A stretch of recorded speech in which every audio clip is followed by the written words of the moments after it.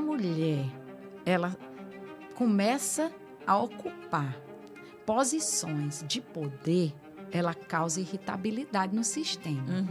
Um sistema que não é orientado para ela, não. Ela não devia estar ali. Na polícia, muita gente até diz assim, ela é meio doida. Aí não, chama logo de desaforada, é doida? Né? Sou doida não, é porque eu falo é na tua frente. Agora, aguenta. E argumenta. Quando a mulher ela tem consciência da soberania dela, isso é empoderamento. Ela está empoderada. Não é de outra maneira que a gente empodera a mulher, não. É dessa maneira. No momento em que ela tem consciência do que faz mal a ela, está empoderada. Acabou. Ela está empoderada. Olá, poderosa! No episódio especial de hoje, em homenagem ao Mês da Mulher, recebemos uma convidada que é sinônimo de força e transformação. A delegada Eugênia Vila. Com uma trajetória de mais de 20 anos dedicada à defesa dos direitos das mulheres, Eugênia é conhecida por seu trabalho pioneiro no enfrentamento à violência de gênero. Ela atuou na criação e fortalecimento de políticas públicas e projetos que promovem a segurança, o acolhimento e a justiça para as mulheres em situação de vulnerabilidade. Prepare aí o seu café, vem com a gente para essa conversa inspiradora e cheia de reflexões poderosas. Seja muito bem-vinda, delegada Eugênia. Eu já conhecia você de nome, mas não pessoalmente, então fico muito feliz no mês das mulheres a gente poder receber uma mulher tão poderosa, uma mulher que já contribuiu tanto e continua contribuindo, né? Para que nós mulheres possamos aí fazer a nossa jornada com mais força, com mais poder, que eu digo, que esse poder pessoal, né? Que é esse saber andar pela vida com mais segurança, com autoestima, que todas nós merecemos ter. Então, desde já, eu já quero lhe deixar aí meus parabéns, minha admiração pela mulher poderosa que você é. França, eu que agradeço. Poderosa é você, uma mulher da comunicação e uma grande honra, grande prazer estar aqui e ter sido convidada para um podcast tão importante. Eu sigo você, não é? Então, você traz mulheres muito, muito importantes que chega ao menos um pouquinho perto dessas mulheres que você entrevista e que eu próxima de você. Então, muito grata mesmo.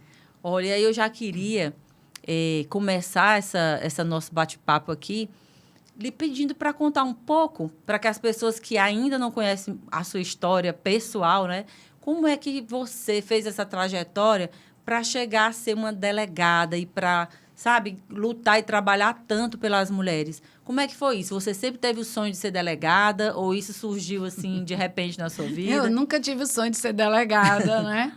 Eu era arquiteta, eu tenho uma trajetória de mais de 15 anos na arquitetura e como é que eu saí da arquitetura e fui, né? Não tem um passe de mágica, não é assim, não é? Bem, eu percebi que na arquitetura, eu, pessoalmente, né, eu poderia não ter uma segurança que eu queria ter, não é? No meu futuro. E aí, então, eu decidi seguir no jurídico. Meu pai era procurador do Estado, minha mãe também. Então, eu tinha já o meu percurso, né, da minha família. Já tinha pessoas, né? Era toda do jurídico. E eu já havia feito vestibular aqui, no Piauí, tinha passado na Federal, para Direito, mas eu tranquei. Tranquei e terminei a arquitetura no Rio. Né? Quando eu voltei para Teresina, para o Piauí, morei 10 anos no Rio de Janeiro. Já casada, grávida, e já tive filha, a Diana. E aí, então, eu decidi reabrir, que tal, a minha matrícula depois de 10 anos. Olha. Imagina, jubilada, naturalmente, lógico, 10 anos, né? Eu estava jubilada. E aí, então, abriu a CEUT, uma universidade, a primeira universidade particular. E decidi fazer o vestibular. E passei. Passei, tirei 10 na redação e fechei as provas de todas as exatas. Que isso bom. Com muito tempo sem estudar, né? As disciplinas de ensino médio. Justamente. Aí eu disse, opa, fiquei empolgada e concluí o curso de Direito e tinha uma obstinação, uma meta. A minha meta era a magistratura. não era polícia de jeito nenhum, né? Então, concluí, era arquiteta, isso eu segui na minha... Trabalhou como arquiteta. Sim, e virando noite no shopping, porque nós pegamos mais de 30 lojas na época do Riverside, do Teresina Shopping, né? Então, uma carreira mesmo, eu estava ainda numa atividade muito pungente na arquitetura, né? E aí, então, e fazendo universidade. E aí foi então que eu decidi permanecer, ou seja, largar a arquitetura e me aventurar no direito. Essa foi uma grande decisão na minha vida, não é? Sempre nessa história de querer a segurança. É isso que você pensava assim, não, se eu passar num concurso público, alguma coisa, era isso que você pensava? Pensava, sobretudo a magistratura, não é? E aí, então, Francis, o que foi que aconteceu? Estudava muito mesmo, né? Para concurso, passei em alguns concursos, mas não dentro das vagas, não é? E aí, então, o primeiro concurso que eu passei foi para a polícia. Minhas amigas do meu grupo de estudo disseram, Eugênia, você vai se inscrever? Eu disse, vou. E tu vai assumir o cargo de delegada, imagina, naquela época, isso era 2000, gente, o ano de 2000, não é? 25 anos atrás. Exatamente. Né? E eu disse, gente, a primeira coisa é passar. Depois a gente pensa, não é? Sim. Se assume ou não, mas quem é que sabe se eu vou passar? Eu gostava muito de direito penal. Eu me entreti muito com direito penal e processo penal na universidade. Pois bem, passei. Passei no concurso de delegada, né? E aí, então, ingressei. E, Francis, olha, meu primeiro dilema foi... Na época você era a única mulher ou teve outras mulheres que passaram? Nós éramos 8. Era eu, Claudinha Lisa, a Francisca Ildete, a Candice, Fernanda, deixa eu ver se me lembro, a Nayana e a Dani... E a 8ª, eu não estou lembrada. Ai, meu Deus, éramos 8. Sim. Éramos 8, né? Hoje, nós só somos 3 da minha turma. Né? As demais foram para outras carreiras, etc. Mas foi uma época maravilhosa. Foi algo disruptivo na época, né? E eu engravidei. Eita, assim que passou. Assim que passei. Veja bem que eu só fazia malhar minha cabeça. Então, naquela época, eu estudava demais, estudava muito, né? E aí, quando eu entrei, eu disse, agora eu vou entrar na academia de polícia. Meu Deus, eu tenho que desenvolver musculatura. Imagina, não é? Eu não vou passar na academia de polícia. E o curso, ele é definitivo para você assumir o cargo de delegada, não é? É um requisito. E eu disse, aí entrei na academia de ginástica, eu me lembro, na academia. E eu disse para proprietária, eu preciso adquirir músculo, senão eu não passo. Até então você não fazia atividade física, nada? Fiz numa época que eu fiz regime para engordar, que fazia aeróbica. Naquela época não era tão pujante como é agora. Sim. Todo mundo cuida da sua saúde física, né? Pois eu engravidei. Aí naquela época, parei já com quantos anos? 39 anos, 38 anos. Tive que parar de fazer exercício físico, né? Gravidez de um pouco de risco. E eu escondi essa questão de estar grávida, porque eu estava com medo de ser reprovada na academia de polícia. Sim. Pois bem, chegou uma hora que as disciplinas obrigatórias de tiro, defesa pessoal e educação física, né? Eu tive que entrar com atestado médico. E aí, a revelação. Eita. Grávida. Junto comigo, a Ildete e a Clícia. A Clícia, eu esqueci da Clícia, né? Elas estavam grávidas também. Grávidas também. Nós 3, das 8, 3 grávidas, né? Então, eu tive minhas companheiras. E assim, eu realizei meu curso de formação na Academia de Polícia Civil, né? Bem, então essa mudança foi muito radical na minha vida. Eu saí da arquitetura, fechamos o escritório de arquitetura, veja bem, passei no exame de ordem em 99, não é? E em 2000 eu já estava num curso da Cadepol de delegado de polícia. Então não teve muito tempo, não. Não teve nem tempo para pensar, né? Era só agir. Exatamente. Então, ingressei, e aí você pode me perguntar, mas quando você ingressou, você tinha em mente... O que era, né? Esse trabalho e tudo. Você tinha em mente a defesa das mulheres? Sim. Né? Então, primeiro, eu não tinha em mente o cargo de delegada, de jeito nenhum. Eu queria a magistratura. E por que você não realizou essa vontade? Porque quando eu tive o meu filho, eu quase morri do parto. Não é? Então, Deus me colocou uma outra missão, que depois eu entendi. Né? Ele me restringiu o concurso, não é? E me abriu outras portas e inúmeras janelas na minha vida. Não é? No momento, eu quis fazer o curso, mesmo no hospital, eu quis fazer, e o meu pai disse, de jeito não, o meu negócio era entrar com mandado de segurança e fazer a prova dentro do hospital, porque eu estava preparada para o concurso da magistratura, era isso que eu queria. Eu tinha isso em mente, eu só fazia isso, estudar para a magistratura. Passei em primeiro lugar no curso da magistratura, né? Então, eu tinha essa a condição, era né? isso que eu queria, né? Mas, não, assim, não foi possível, né? E aí, então, eu assumi derradeiramente o cargo de delegada e, diferentemente das minhas contemporâneas, todas as meninas, elas lutavam para assumir uma delegacia da mulher. E eu não tinha afinidade nenhuma. Que coisa, né? Engraçado, né? Que coisa, né? Eu não tinha esse desejo, realmente não tinha. É interessante isso, o meu posicionamento, né, na polícia foi de compreender logo.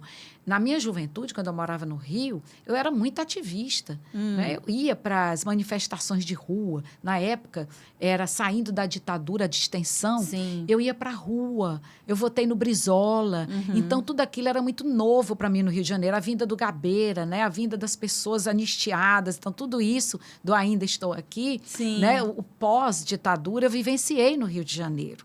Então, eu tinha uma visão muito politizada da vida. Sim. E eu queria entender o que eu estava entrando. Que polícia é essa que eu estou entrando? E passei a estudar a polícia na perspectiva da tortura. Sim. Né? Que polícia é essa? Como foi a minha polícia, essa minha polícia, na época da ditadura. E fiz uma pesquisa, e pesquisei leis, pesquisei muitas coisas, enfim, né? E me interessei pela parte da governança da polícia. Então, fui para uma outra área. E tanto é que eu fui convidada a ir para gestão. Logo no início, eu era recém-possada na polícia e fui integrar a corregedoria da polícia. Então, uma das diretoras da polícia, né?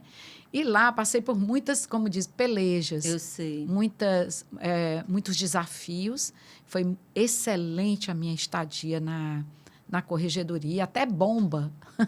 Nós passamos dentro da corregedoria, bomba mesmo, artefato explosivo, né? Porque, se você for resgatar na época, nós recebemos alguns artefatos explosivos e foi a minha secretária que visualizou, delegada Luizinha tá piscando, né? Muitas histórias de polícia e acabou que o BOPE apareceu lá e a reportagem chegou lá. Imagine, se nós tivéssemos a tecnologia que nós temos hoje, né? Queremos falar com a delegada Eugênia, ninguém nem sabia quem eu era e eu me recusei a dar entrevista na época, ninguém sabia quem era delegado, mas souberam. Quem foi que recebeu a bomba? Foi a delegada Eugênia, né? Então, eu não tinha essa, digamos assim, essa afinidade. Sim. Né? Não tinha despertado por essa causa, né? Não tinha, porque minha mãe era uma mulher extremamente empoderada. Minha mãe foi laureada na Universidade Federal do Piauí. Veja, minha mãe hoje completaria 94 anos. Ela estaria com 94 anos. Então, veja como minha mãe foi avançada na época dela. Chefiou a Procuradoria Fiscal, na época. Então, minha mãe, eu fui criada nesse ambiente. Sim. Meu pai procurador e se dizia gigolô de minha mãe. Então, você tem ideia, né? Então, minha mãe sempre dizia, estude muito, trabalhe e depois case. A sua mãe teve quantos filhos? 4. Somos 3 mulheres e um homem.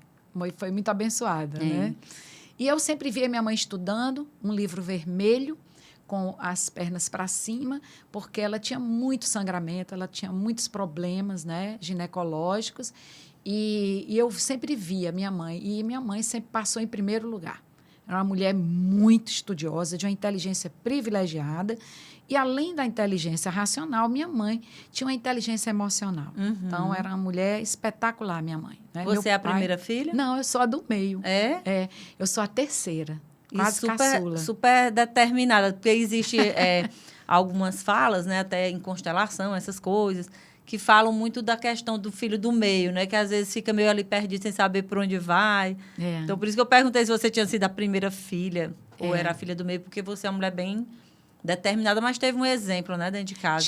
Nós tivemos. A minha mãe era espetacular, não é? E aí, então, para mim, abraçar essa causa da mulher, ver essa violência, eu não via Você na minha não casa. vivenciou, Era o né? contrário, não é? Eu não via. E como arquiteta, infelizmente, não é? Eu também não vi. Eu era arquiteta. Olha, eu trabalhei com política social, não é? Na Coab. Eu era arquiteta que trabalhei com habitação social. Mas eu não vi essa perspectiva de gênero, Sim. do urbanismo social, com perspectiva de gênero, nem na minha universidade. Até porque nem se falava, Nem se falava naquilo, né? Não é? Se falava. Se falava nas universidades de sociologia, antropologia, não é? E se falava. Mas na arquitetura, longe de se falar. Né? Tá como se a violência não atingisse nós, mulheres da classe média, brancas. Sim. Não, aquilo ali só atinge mulheres negras da classe popular. Sim. Então, havia uma certa marginalização da violência de gênero. Na década de 70, nós vivíamos os assassinatos de mulheres como Ângela Diniz, não foi? Então, de mulheres da mais nobreza, da alta classe, né? Então, a violência de gênero, ela atingia, mas na universidade, ela não chegou para mim. Não chegou na arquitetura e não chegou no direito. Pasme. E nem na academia de polícia. Como foi que isso chegou? Né? Então, a pergunta como foi? Se você não queria... chegou da seguinte maneira. Ela me veio... Eu estava trabalhando na corregedoria, eu ainda não era corregedora. E eu recebia todos os inquéritos policiais da capital. Fazia a correição, que a gente chama de correção dos inquéritos, para enviar para o distribuidor dos feitos criminais, ou seja, para ser distribuído para os magistrados, as investigações policiais. E aí, Franci, numa dessas, de tarde, fora do prazo, fora totalmente, que de tarde eu trabalhava revisitando tudo o que eu enviei para o Poder Judiciário, fazendo outras atividades. E aí chega um escrivão chamado 5 Estrelas, está na minha tese de doutorado, né? E o 5 Estrelas chega com um líquido, um pote transparente e algo dentro. Delegada, adivinha o que é isso? Só estava eu na sala. 5 Estrelas, eu sem muita paciência com 5 estrelas. O que é 5 estrelas? O que é isso aí? É um pedaço de orelha. 5 estrelas, eu não recebo orelha. Né? E eu, muito sem paciência, eu não recebo orelha. Não recebo pedaço de gente. Isso vai para o IML. Aí ele começou a rir de uma mulher. Eita. Aí eu digo, como é que é? De uma mulher. Aí me relatou o fato. De uma mulher que nós prendemos ontem, que o marido tirou um terço da orelha dela. Como é que é? Foi, delegado. Aí eu liguei para a Dani, para a delegada da mulher. Dani, me conta essa história. Pois bem, agora você vai se admirar, França. A mulher, ela disse, Eugênia, a mulher consentiu. Vocês acreditam, meninos? A mulher consentiu. Ela se impôs o castigo. Ela se sentiu merecedora do castigo. Não, peraí. Aí também é demais. Então, aquilo... me contaminou de um jeito que eu disse, não. Que violência é essa? Que a mulher, ela aceita, tolera e diz, eu sou merecedora. Pois é. Não, eu quero entender disso aí agora, para tudo. Então, como diz o Zizek, o Slavoj Zizek, filósofo, ele diz, para o mundo que eu quero descer. Então, para que eu quero entender. Aí, o que é que eu propus para o corregedor, na época? Vamos criar um grupo, um GT. Um grupo de trabalho aqui na corregedoria para compreender que violência é essa. Veja, nós estávamos em 2002. Lei Maria da Penha, 2006. Não existia Lei Maria da Penha. Ninguém sabia muito ao certo o que era mesmo que a delegacia da mulher tinha que trabalhar.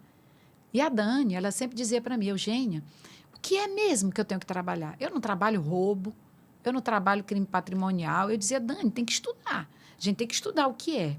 Que a gente precisa trabalhar na delegacia da mulher. Então, existiam as delegacias da mulher no Brasil. Mas não tinha nada vamos dizer, definido, né? O que realmente ela tratava. Exato, ninguém sabia. Existia no papel ou já existia mesmo espaço No físico? papel e espaço físico. Existia né? DEANs. As DEANs, no Brasil, foram criadas na década de 80, Uhum. em 1985. E no Piauí, em 1989. Mas não existia a Lei Maria da Penha. Entendi. Nós não sabíamos o que era isso. Violência de gênero? O que é isso? Isso eu não vi na escola. Isso eu não vi na academia de polícia. Quer dizer, era um déficit, uma lacuna enorme que nós tivemos, né? Que hoje as meninas não têm. Hoje nenhuma polícia brasileira tem esse déficit. Nós tivemos. Então, uma questão de quantos anos, não é? Poxa, eu entrei na polícia em 2000. A Lei Maria da Penha veio em 2006. Mas eu te digo, foi ótimo. Foi ótimo que nós tivemos que estudar. Sim. Onde não tem nada. Vocês foram desbravar, né? Exato. E aí, então, nós estudamos e veio uma especialização. Eu fiz a especialização e passei a estudar a violência de gênero, não é? Depois, então, ingressei no mestrado. Foi aí que eu visitei, eu morei dentro de 3 delegacias da mulher para pesquisar as mulheres. Eu entrevistava as mulheres, eu não entrevistei as delegadas. Eu sei. Isso era onde? Era... Delegacia da Mulher Centro, Delegacia da Mulher Sudeste, do Itararé, e a Delegacia da Mulher Norte. Eu pesquisei, né? As mulheres que chegavam para atendimento naquele momento, no momento da agonia. Né? Então, eu via como a escrivã atendia, fazia um diário de campo e via como ela registrava a sofrência daquela mulher. Sim. E eu, depois, entrevistava a mulher. Eu convidava ela, a senhora pode me dar uma entrevista? E ela me dava a entrevista. Então, foi minha pesquisa de mestrado. E aí é muito interessante, né? Porque você pegava lá naquele momento, naquela... na situação, vamos dizer, no calor da emoção que ela estava sentindo. Porque muitas vezes essa mulher, ela, quando passa um pouco, né? Parece que ela esquece um pouco do que aconteceu, quer voltar atrás. Muitas vezes tem vergonha de falar. E naquela hora, já que ela chegou ali, você era a pessoa que ia tentar aprofundar um pouco mais, entender um pouco mais o que estava acontecendo com aquela mulher. E eu queria ver em que medida essa mulher era realmente ouvida. E ela era entendida, compreendida pela polícia. Sim. O que eu queria era isso, meu objetivo era esse. Verificar o atendimento dessa mulher, como a polícia atendia essa mulher naquele momento, não é? Se compreendia a sofrência dela. E aí, então, depois dessa aí, eu degravei eu mesma todas as entrevistas, né? E fiz a conexão entre o BO, que constava no boletim de ocorrência, Sim. que era preenchido pela polícia após a narrativa. Quem preenchia era um homem ou era uma mulher? Mulher. Uma mulher mesmo que estava lá. O atendimento é feito por uma mulher. E o que ela me falava sozinha? Sim, aí tinha diferença? Muita. Muita. Ela me falava de estupro marital, coisa que ela não falava lá.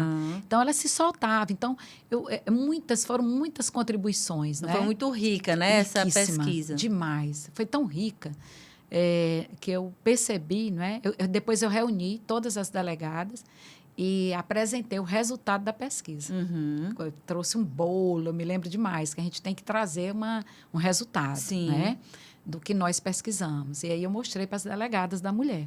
Olha, foi isso bem aqui que eu revelei na minha pesquisa, né, que nós precisamos ouvir mais as mulheres, tem que ter mais tempo de oitiva das mulheres para que elas possam falar mais, elas terem mais intimidade conosco, não é? Sim. Então, eu passava meia hora ou mais conversando com elas, em torno de 10 minutos, só para sensibilizá-las, até eu ouvir coisas indizíveis, né? Então, foi poderosíssima essa minha pesquisa. Foi tão poderosa, né, que, no final, eu defendi, não é? E 2 conclusões eu tirei, que era necessário para um eventual doutorado, né? Era necessário a polícia estar mais capacitada ou formada para visualizar o estupro marital. Tipo, e o segundo... Entender mais o mundo dessa mulher, né? O contexto. A mulher estava sendo estuprada pelo marido e nós não estávamos visualizando o estupro. O estupro marital, ele só foi normatizado agora, em 2023. 2023. Foi mesmo? Foi, 2022, por aí. Foi. Porque o estupro marital é um grande desafio. Por que é um grande desafio? Porque toda a sociedade, né, entende que nós, mulheres, sempre estamos consentindo com o sexo. Pelo nosso companheiro ser o nosso marido, nosso companheiro, Sim. nosso namorado, etc. Sim. Né? Então, nunca ninguém imagina, nem a polícia imagina, que ela não consentiu. Então, você nunca vai acreditar na palavra daquela mulher. Eu fui estuprada pelo meu marido. É muito... Se é difícil para uma mulher ser acreditada num estupro por um estranho, você veja aí, dos escândalos, Neymar, né, em todos esses estupros de famosos, não é? A mulher, não, ela inventou, então sempre a gente inventa, não é? Imagine um marido. Então, e como comprovar isso? E como comprovar esse estupro numa relação marital? Eu estou lhe dizendo isso, França, porque do estupro marital, como de qualquer outro estupro, podem advir o quê? Impactos. Sim. Gravidez indesejada. Sim. E se nós comprovarmos que foi estupro, essa mulher tem direito a aborto.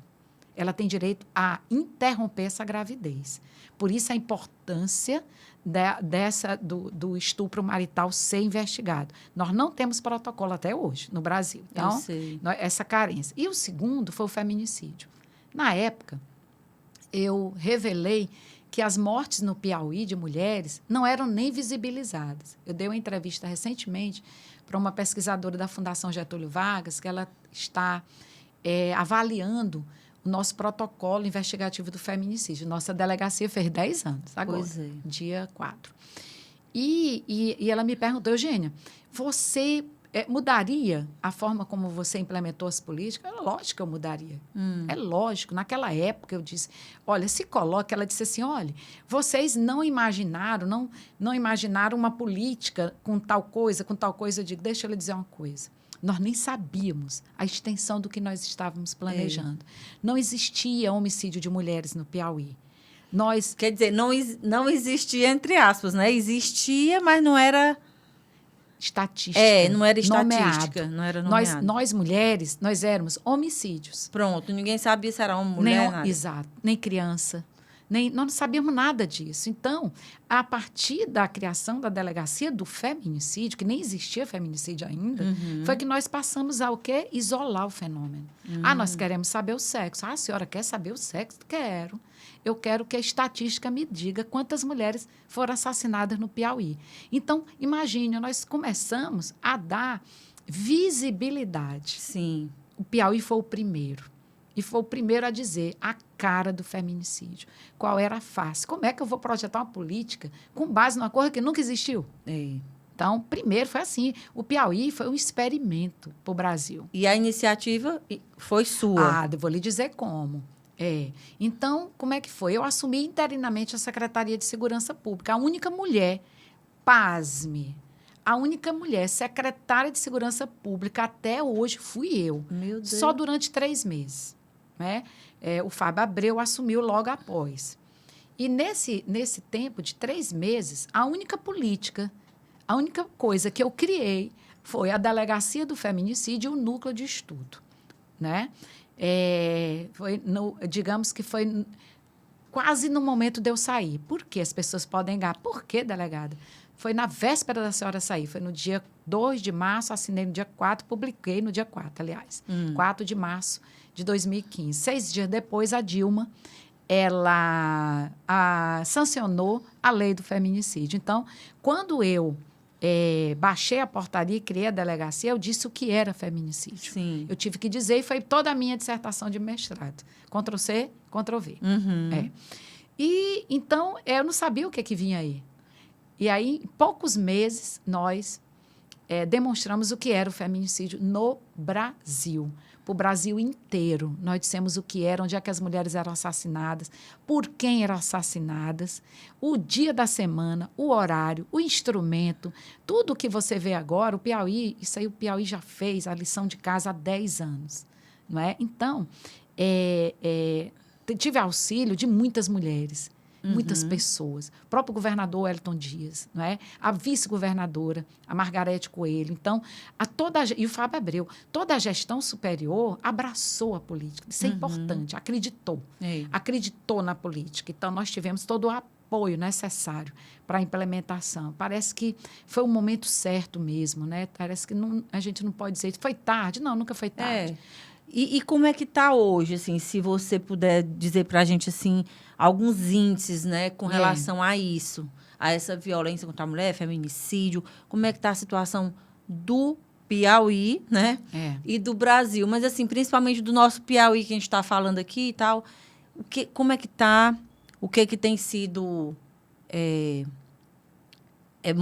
qual a evolução, né, que tem havido de lá para cá, para que as mulheres, enfim, entendam aqui, né, esse panorama aqui, esse cenário que a gente vive hoje. O feminicídio aumentou, vem aumentando. E o feminicídio no Piauí, depois que nós mostramos o fenômeno, né, ele vem se mantendo numa faixa. Mas ano passado, nós tivemos um acréscimo de 40% no número de mulheres assassinadas nessa rubrica. Isso quer dizer o quê? Olha, veja bem, nós não podemos dizer o Piauí é o estado mais violento do Brasil. Pois é, dentre todos os estados do Brasil, como é que está aí? Não é assim, não é por aí, não. O que nós precisamos ver, por exemplo, Ceará. O Ceará não conta o número de mulheres assassinadas. O Ceará está 10 anos atrasado. É mesmo? Não é à toa que o nome é Lei Maria da Penha. O Ceará precisa contar. As mulheres assassinadas. Então, não é assim, não. É porque nossas políticas, elas são muito sérias. Então, nossas políticas, elas estão com base em evidências. Quando você precisa comparar o número de mulheres assassinadas, por exemplo, aqui em Teresina reduziu, mas aumentou o número de feminicídio. Percebe? Então, essa análise, ela não é uma régua, não. Então, isso quer dizer o quê? Como é que a gente que é leigo, assim, entende, né? Vamos fazer a leitura? As nossas mulheres são assassinadas porque são mulheres. Isso é uma tragédia. Né? Então, para as nossas filhas, para as nossas netas, que futuro é esse que está esperando as nossas filhas? E isso em qualquer classe social? Sim. Ou existe alguma classe social que é mais... Como eu posso preponderante, dizer? Preponderante. Eu costumo dizer, muita gente diz assim, olha, a violência contra a mulher não tem raça. Eu costumo dizer que o feminicídio tem. Ele tem cor e ele tem classe social. Nós não podemos... O feminicídio tem no Piauí. É negro. O feminicídio é negro e a classe é uma classe que é desprivilegiada, que não tem acesso às políticas públicas. Então, vamos, encarar isso aí. Não dá para dizer que o feminicídio é democrático. Ele não é. Então, a grande parcela... 86% das mulheres assassinadas no Piauí. E é maior do que a média nacional.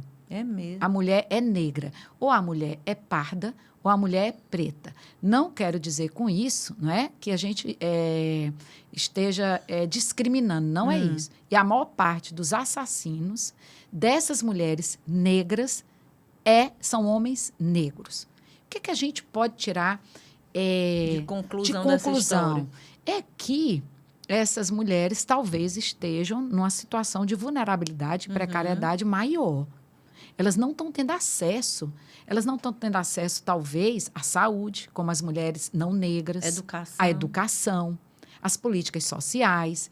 Então, a empregabilidade, o trabalho, não é? E isso é poder. É verdade. Isso é poder. É o poder de decidir por se envolver ou não com determinada criatura, de não ter filhos, de evitar uma gravidez, não é? Tomar pílula, de ter uma informação sobre gestação, etc. Porque muitas delas engravidam muito cedo. Não é? Então, nesse sentido, é preciso nós dizermos isso aqui no Piauí. E mais, e por que homens negros? A masculinidade negra, ela se diferencia da masculinidade não negra. Os homens negros sofrem mais. Os homens negros, não sou eu que estou falando, não. É a Bell Hooks. Eu falo em nome de Bell Hooks, eu digo até a autora. A Bell Hooks, ela fez um estudo É um livro tão interessante, da Bell Hooks, não é? Que ela disse, olha, se vocês não escrevem sobre vocês mesmos, os homens negros, Sim. eu vou escrever sobre vocês. E aí, então, ela escreveu a impressão dela em relação aos homens negros. É muito interessante. Ela é pesquisadora? É feminista, negro, feminismo negro. Ela é muito, atualmente, ela é uma das escritoras mais lidas pela juventude negra. É? Então, vamos procurar depois, deixar o link aí desse livro, né? Como é o nome do livro? Agora eu não me lembro, não. Depois ela passa pra gente, a gente deixa o link. Passo sim. Agora, Sim. E a Bell Hooks, então, ela diz, olha... a masculinidade negra é diferente. Os homens negros, eles têm mais dificuldade de acesso ao trabalho. Ok. Também pela questão de acessar a educação? Também. Ela explica que nos Estados Unidos, não é? As pessoas negras, os homens negros, mulheres negras, eles não tinham acesso aos livros, aos mesmos livros, às mesmas obras do que as meninas e meninos não negros. Então, veja a dificuldade. Então, você for pensar, os homens negros e as mulheres negras, né?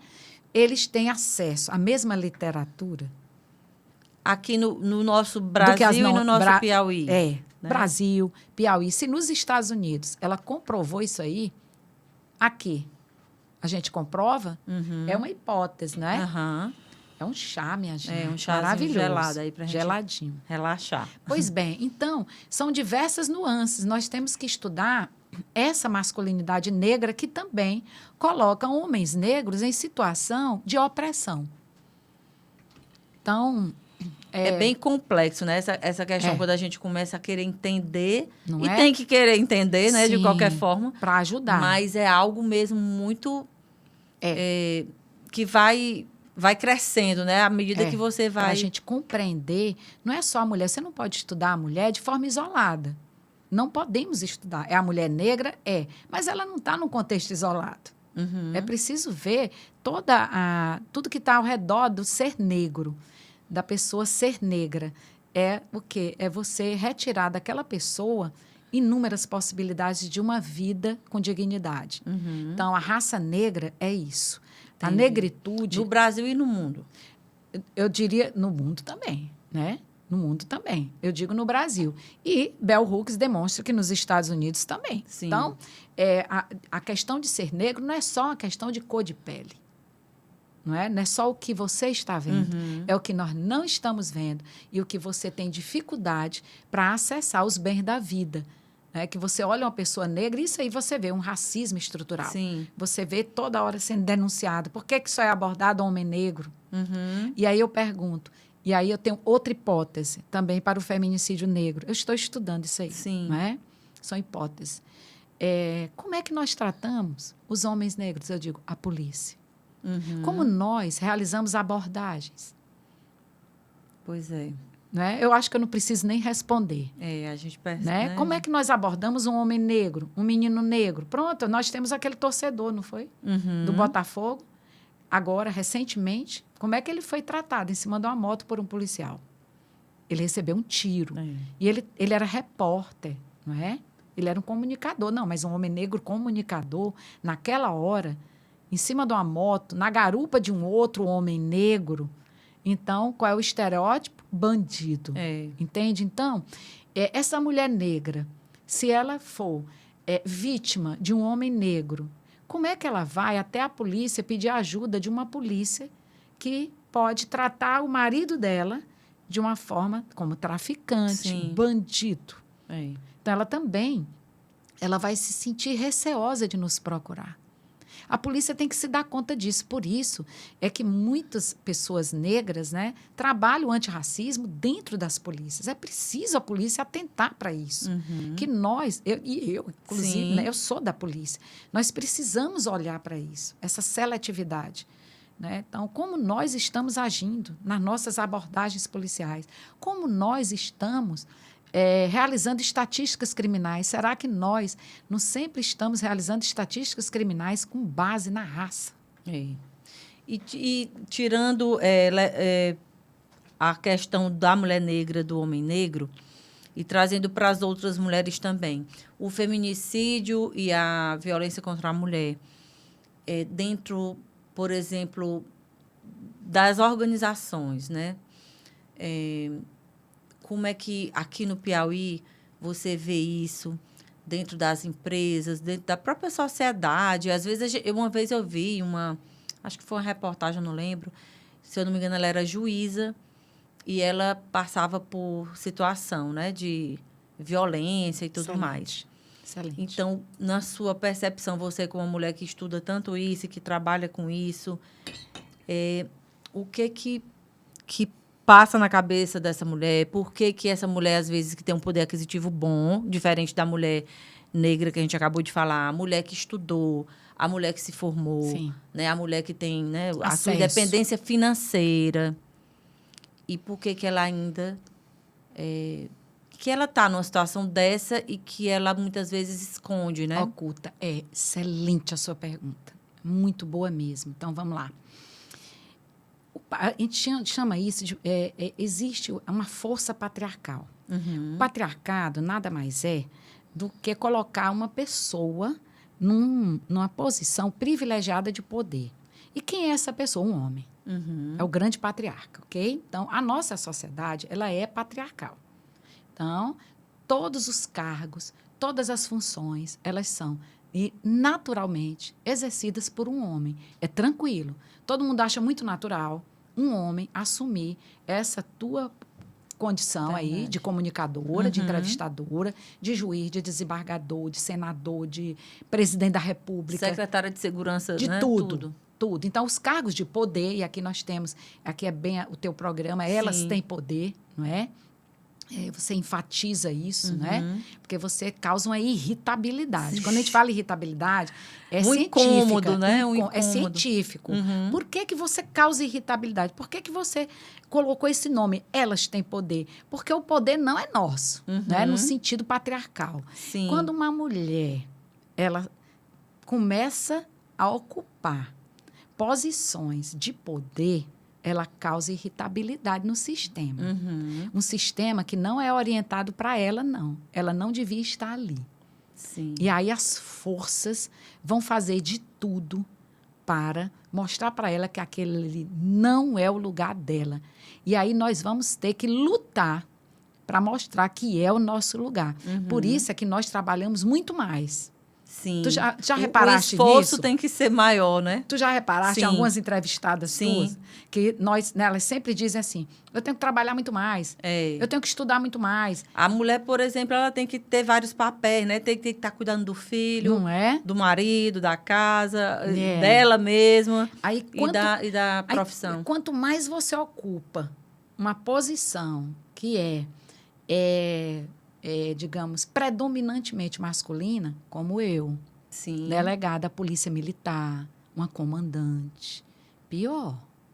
Vai piorando. Então, uma desembargadora, uma ministra do STF, e assim vai, uma presidenta, não é?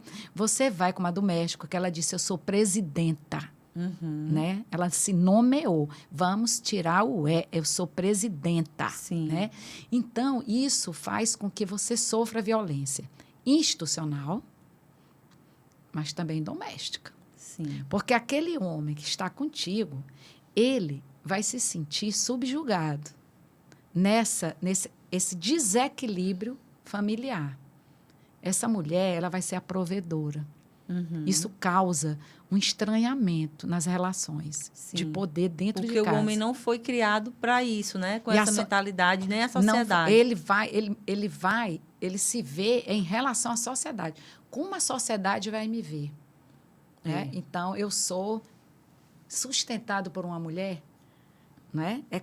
Então, ele não suporta isso. Ou então, muitas vezes, até nem é o questão do sustentado, mas é essa mulher ter mais evidência. Não é?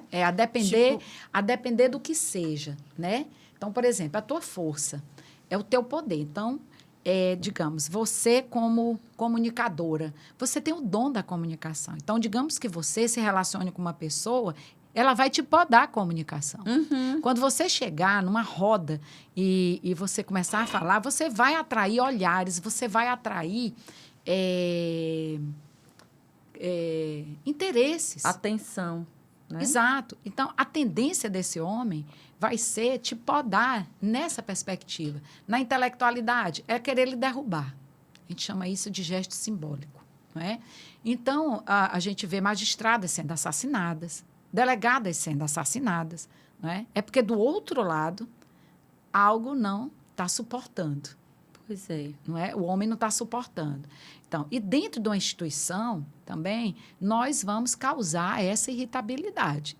Isso aí é tranquilo que você vai causar irritabilidade. Agora, como você pode superar isso? Pronto. É isso que eu já ia perguntar. Como é que a mulher pode fazer, né? Para driblar ou superar mesmo essas questões. Eu ia lhe perguntar a questão emocional. Sim. Você mesmo, enquanto, né, essa mulher que é pioneira em várias coisas, como é que você trabalha a sua parte emocional para que isso, né, as dificuldades aí do caminho não lhe paralise, né? Porque, como você mesmo disse, a gente precisa trabalhar dobrado e muitas vezes a mulher se vê muito assim, meu Deus, será que é para eu conseguir, para eu continuar mesmo isso? Tá tão difícil, né? Tipo, tá pesado. Então, como essa parte emocional dessas mulheres, assim como você, que tem essas grandes responsabilidades, né? E missão mesmo. Missão de trazer esses temas aí, né? Eu vou falar por mim, não é? A minha experiência pessoal. Pois bem, uma forma de nós nos afirmarmos na polícia, né? Foi o meu conhecimento. Então, eu sempre dizia, eu não preciso de arma nem de fogo nenhuma. E ocupei todos os cargos maiores da polícia que eu pude ocupar, que uma pessoa pode ocupar. Eu ocupei absolutamente todos, pelo meu conhecimento. E quando a gente tinha embates, né, de ideias, Sim. Era embate. Então, era botando à mesa o embate. Argumente, que eu contra-argumento. Então, é desse jeito. As mulheres, nós... O conhecimento, é o conhecimento.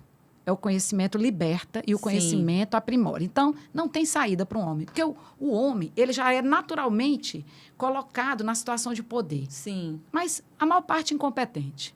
Perfeito? Verdade. A maior parte incompetente. Pode crer que é. E sabe quem foi que me ensinou isso? O meu mundo é o das empresas, né? Às vezes a gente vê não é? dentro das empresas um diretor, um gerente, sei lá o quê, que tem ali abaixo dele mulheres incríveis, mas que não crescem porque tem esse brucutu ali em cima, né?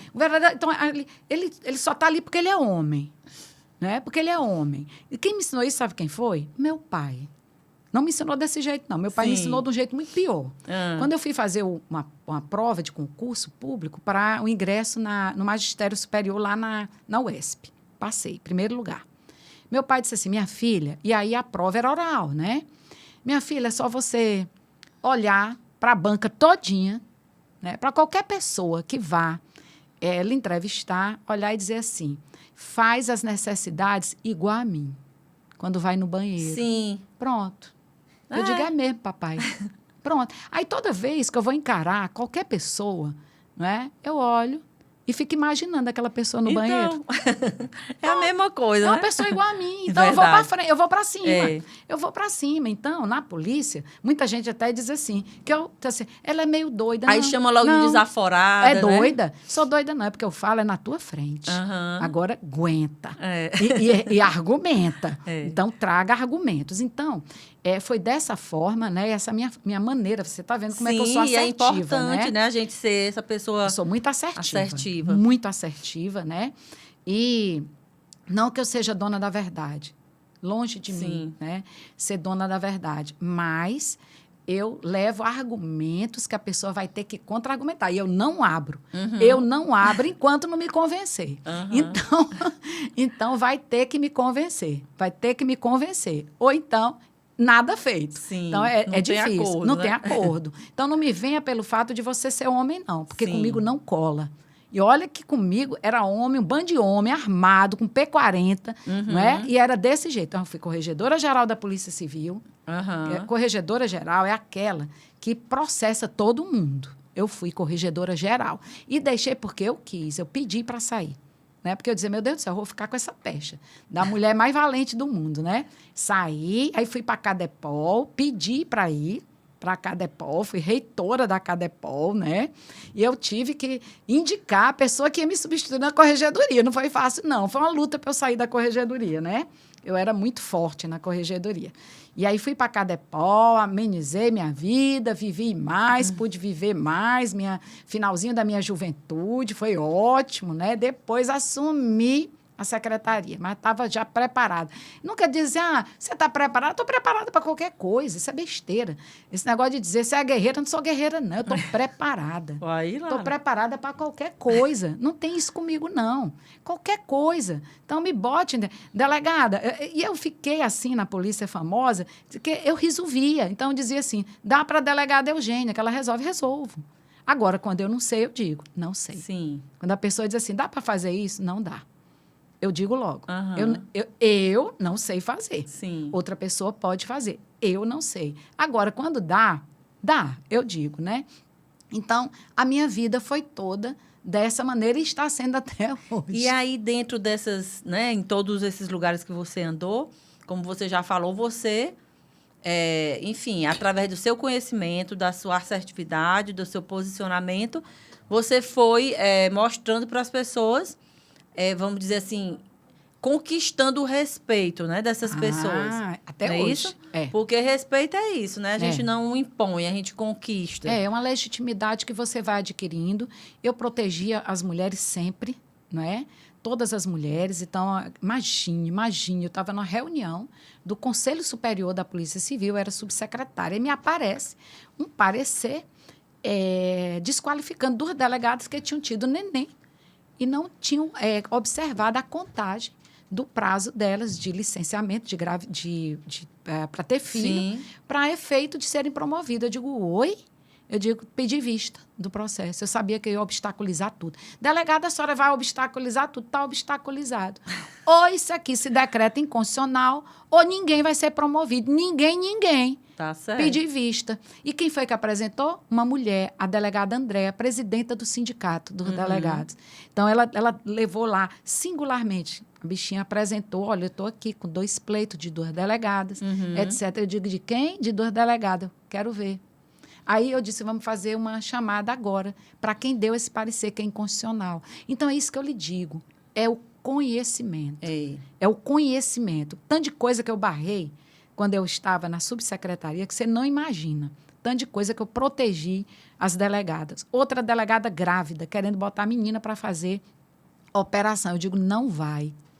Ela está grávida. Então, foi uma construção. Hoje já está uma coisa muito sedimentada, mas tudo tem um início. Sim, tem Teve que ter um início aquela na que polícia. Tem que ter coragem de ir na Exato, frente, né? Então, todos os lugares, tudo onde eu ocupei, eu protegi as mulheres. Absolutamente todos. E protegi mulheres cis e trans. Sim, foi que é uma coisa também... Poxa, as mulheres trans, para mim... Olha, eu lhe digo, eu aprendo demais com as mulheres trans, não é? Porque eu trago aqui uma contribuição também da Hill Collins, da Patrícia Hill Collins. São mulheres que ela chama assim, dentro e fora, outsiders, returns. Quando você está dentro e fora, elas têm o sexo masculino, elas têm, digamos, sinal de Deus, aquele sinal, não é? E elas são mulheres. A alma é de mulher, né? Ela tem as 2 coisas. Sim. E elas nos ensinam. Sim. Porque nós só temos um sinal de Deus. Elas têm os 2 sinais. Então, a partir do momento que você começa a ouvir uma mulher transgênero, você vê o quanto que nós somos oprimidas. Nós, mulheres cisgênero. Eu aprendo demais com mulheres transgênero. Demais, né? E eu nunca tinha experimentado, eu sempre dizia, meu Deus, por que eu aprendo tanto com as mulheres transgênero, né? Porque eu não tenho ninguém na minha família, é algo fora da minha realidade. Hoje eu aprendi com leituras que eu fiz da Patrícia Hill Collins, que é esse outsiders, esse outro lado que nos falta, que falta para nós mulheres cisgênero, compreender esse lado aí masculino que nós não temos e que elas veem. Então, veja que a a Erika Hilton, quando ela vai para cima de um deputado, veja como eles não reagem da mesma maneira com uma mulher cisgênero. Perceba isso. Lá na Câmara dos Deputados, a reação não é igual.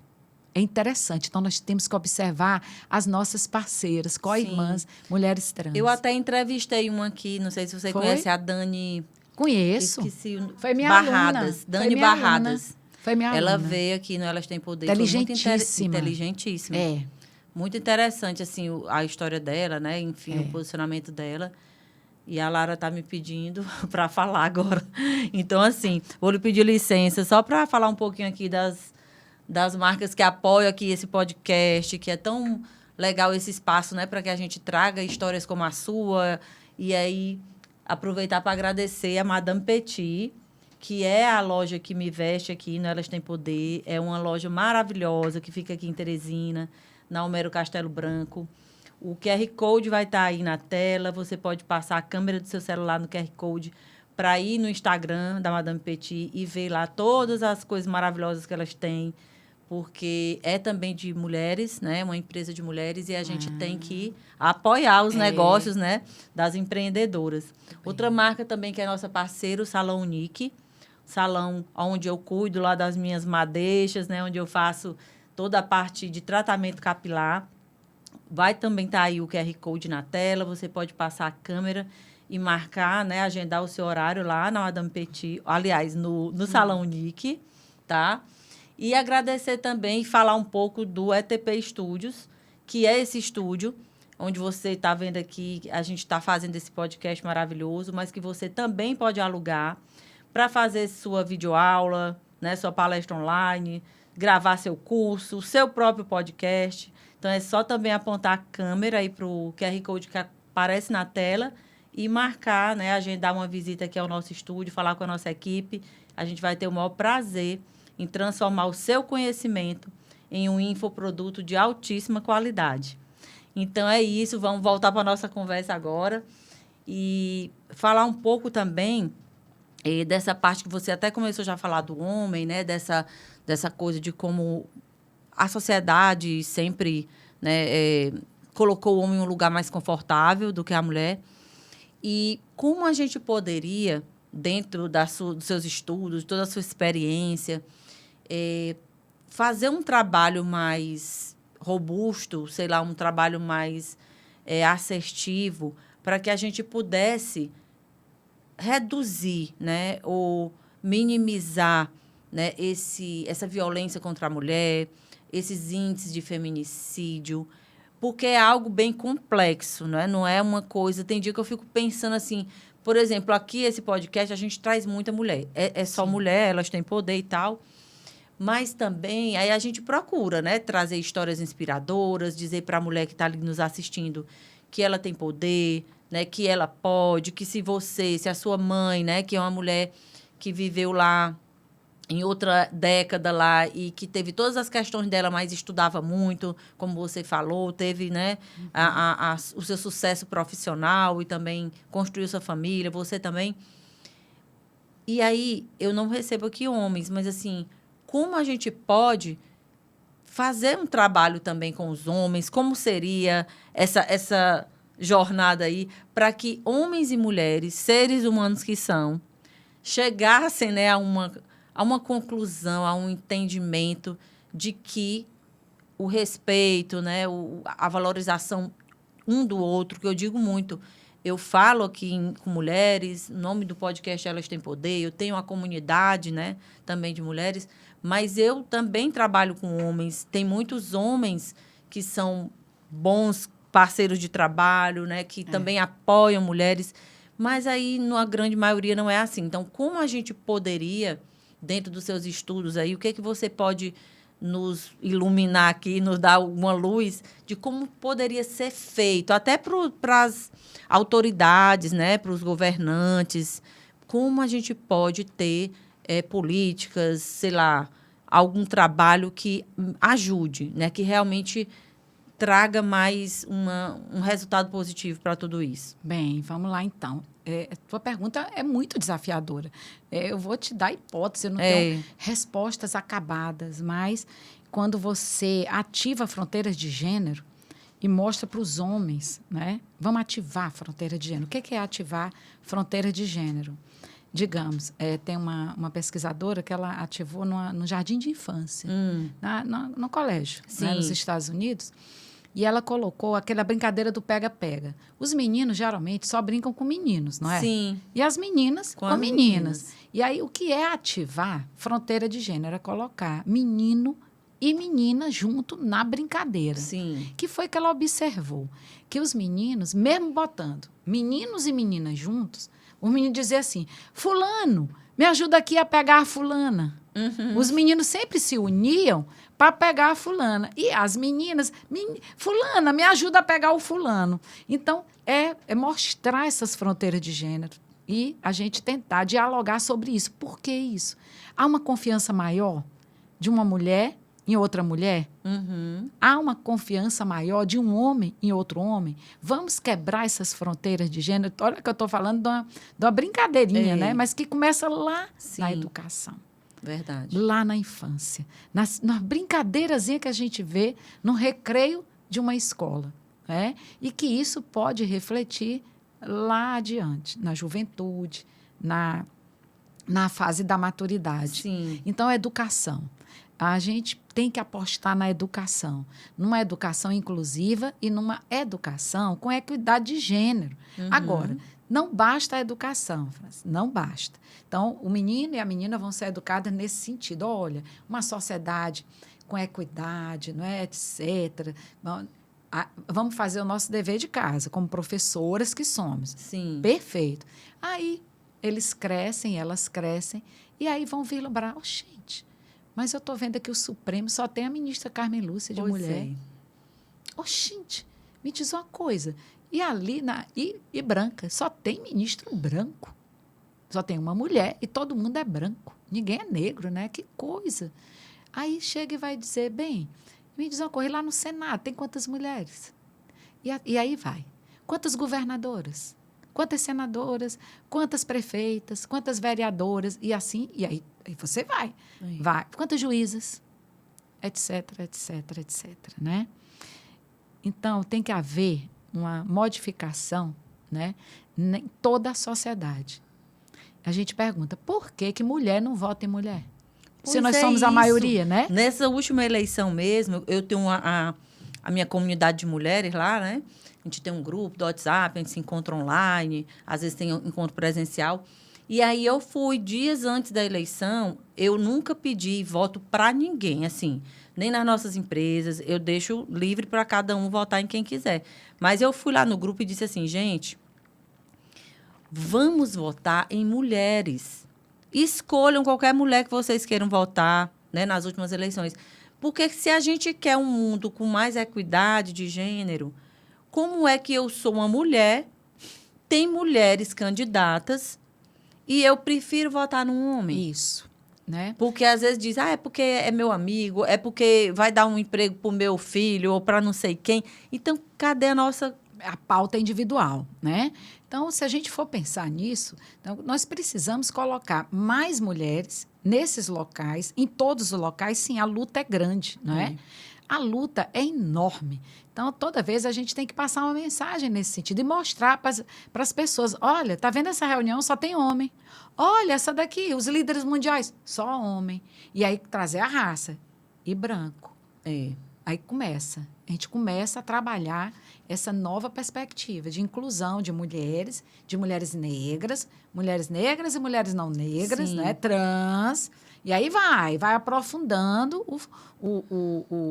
a diferença, né? A diversidade das mulheres. Bem, então, é uma pauta que começa pela educação, mas não adianta, não resolve. Tem que ter atitude também, né? Prática exata, e tudo. Política pública. De inclusão. E eu não diria nem cota. Eu penso que o Congresso devia ser a metade mesmo. Sim, metade eu também, de vaga para homem, metade de vaga para mulher, enquanto concordo. A gente não conseguir. Não é negócio de cota, não, porque a cota não está funcionando. Não está funcionando. É candidatura laranja, toda hora denunciando candidatura laranja, não é? E também nas secretarias, Né? No Poder Executivo tem que Sim. ter também 50, 50. Todos os lugares, porque A eu fico OAB imaginando como é que se tem a maioria de homem, como é que isso vai evoluir? Não vai. Se eles que vão ali estar colocando, né, fazendo... Aí você pode dizer assim, o discurso é esse aí. Mas eu abraço a causa das mulheres. Aí eu digo Não é a como mesma o Zizek, o Slavoj Zizek. Olha, você pode saber tudo sobre natação. Mas quando você mergulha na água, é que você vai saber o que é nadar. Então, você pode saber tudo sobre mulher, mas você não é mulher. Exatamente. Isso eu falo, tem algumas amigas minhas que dizem que... A gente fala com questões de ginecologista, né? E eu sempre gostei de ir para ginecologista mulher. E aí tem uma amiga minha que diz, não, pois eu confio mais nos homens. Olha, a mulher dizendo isso. Eu confio mais nos ginecologistas. Mulher, como é que tu vai confiar mais no homem? Ele sabe o que é uma cólica? Não sabe. Né? Ele sabe o que é uma dor de parir? Ele Não. sabe o que é uma dor no peito? TPM. Quando tá na TPM? Não. Como é Não que sabe. eu vou... Não estou sabe. dizendo aqui que não tenha médicos bons homens, mas eu prefiro ir numa mulher. Sim. Eu prefiro ir numa mulher porque ela conhece, ela sabe o que é. Ela vai sentir a né? nossa dor. Ela sabe o que é que a gente sente. Ela vai analisar a nossa dor. Então, é isso. E outra, a mulher ter... Por que eu falo muito essa história de apoiar mulheres e dizer para a mulher que ela tem esse poder? Porque se a gente não acreditar e não buscar também, de alguma forma, através de terapia, através de, sei lá, de estudo, que é muito importante, leituras, se conectar com mulheres, né, poderosas, fortes, assim como você e com tantas outras, que vai mostrando para a gente como é possível, né? A gente não vai ter essa força para ir, porque tem muita mulher que na primeira... Assim, por tudo que ela viveu, às vezes a questão, né? Isso é uma coisa maior, mas ela não tem força no primeiro assédio moral que ela sofrer, ela vai desistir. Ela vai dizer, nas nossas empresas, sempre eu fui muito assim. A gente estava nas reuniões e a gente tem um negócio, que é uma franquia, e esse negócio, ele é um negócio masculino. Ele vem mudando, mas ainda é masculino, ainda tem muito homem. E eu sempre fui dessas. Desde novinha também eu ficava lá dentro das reuniões e eu ficava observando as mulheres e os homens falando, falante, e elas caladas. Aí eu ia lá cutucar. Vem cá, se tu não está concordando, levanta a tua mão, fala. Então, eu sou aquela pessoa que fico instigando para a mulher falar. Porque muitas se calam mesmo. Se calam e pronto, joga a toalha. Ou então são caladas. Ou as ideias roubadas. É verdade. Não é? Então, a gente tem que dizer, quem falou fui eu. Isso. Fui eu que criei isso bem aí. Verdade. E você tem que se posicionar. Inúmeras vezes já fiz isso, né? Então, é como se a gente não tivesse capacidade. E outra coisa que eu também observo, tem algumas mulheres dentro das organizações também, enfim, qualquer lugar que você esteja, que ela se sente, de alguma forma, incomodada com outra mulher que está mais segura, mais bem posicionada, e aí termina se aliando com um homem. Já viu isso? Agora, isso na empresa, você tem que avaliar assim. Os homens também são assim. Aí é uma disputa... Pelo poder. Né? Pelo poder. Né? Aí a gente tem que avaliar dessa forma. É uma disputa que na empresa privada existe. Também na pública também? Também existe, né? A disputa pelo poder. Quando você... Isso aí vai existir, e independentemente de ser mulher... Desde que o mundo é mundo. Né? Desde que o mundo é mundo, né? Então, independentemente do sexo, isso vai existir. Então, você tem que estar preparada para tudo e não achar que isso aí é uma questão de gênero. Que a mulher tem que ficar do teu lado porque tu és mulher. Sim. Né? Não, isso aí, isso pode existir. O homem também pode ser nosso aliado e tem que ser nosso aliado nessa nossa luta, não é? Nós precisamos dos homens. Sim. Essa nossa luta, se nós não estivermos com os homens, nós não vamos. É uma luta em glória. Na realidade, é o complemento, eu acho, né? Um complemento o outro. Porque o homem é a causa. A causa da violência é o homem, não é? Quem é que mata? É o homem. Quem é que estupra? É o homem. As mulheres sempre dizem isso. É sempre um homem. É sempre um homem. Então, nós precisamos ter homens aliados. Não vamos dizer que todos os homens são estupradores, sim, pelo amor de não, Deus. Não é isso. Aqui, quando eu falo, a minha mensagem vai com base nos homens que mataram mulheres. assassinos de mulheres, pelo amor de Deus. É verdade. Então, é uma minoria. Que eu estudo, né, um universo muito, vamos dizer, específico. Né? Homens que assassinaram mulheres. Quando eu me refiro a essa seara. Na seara organizacional, é uma outra relação. Aí é poder mesmo. É poder mesmo, né? Que aí você vai estar querendo mesmo galgar outros espaços de direção, de assessoramento, né? Isso aí eu imagino que seja... outra briga. É uma briga, né? Agora, me diga uma coisa. Você que tem tanta informação, tanto conhecimento, tanta vivência, a mulher que está ali nos assistindo agora, como é que ela pode perceber pequenos sinais, né? Porque você disse que entrevistou muitas mulheres, né? Que chegavam lá na delegacia e tal. Como é que isso se dá até chegar no feminicídio? Maravilha. Nós, muitas vezes, eu me incluo, né? Nós não conseguimos visualizar a violência. Depois a gente pergunta, por que eu não visualizei? Nós mesmos, nós mulheres, com informação, por que, né? Tantas mulheres, como aquela juíza do Rio, como a delegada da mulher, demorou a perceber, não é? Muitas mulheres, eu digo mulheres que conhecem o assunto, não percebem. Vamos lá. Eu aprendi, isso aí foi uma pensadora, França, que me convenceu. Porque muitas pessoas sempre me perguntam isso aí. Delegada, como é que qual o sinal, como eu posso detectar que eu estou numa relação abusiva? É desse jeito que me perguntam, né? E aí eu sempre tenho que ter uma resposta, a gente tem que ter uma resposta, né? Eliette Safiotti. A Eliette Safiotti, ela era uma feminista da década de 70, professora, e ela trouxe uma revelação para a gente. Não existia a Lei Maria da Penha, né? Então, ela traz o seguinte pensamento que eu vou traduzir para ti de uma forma bem leve, digamos assim, suave, né?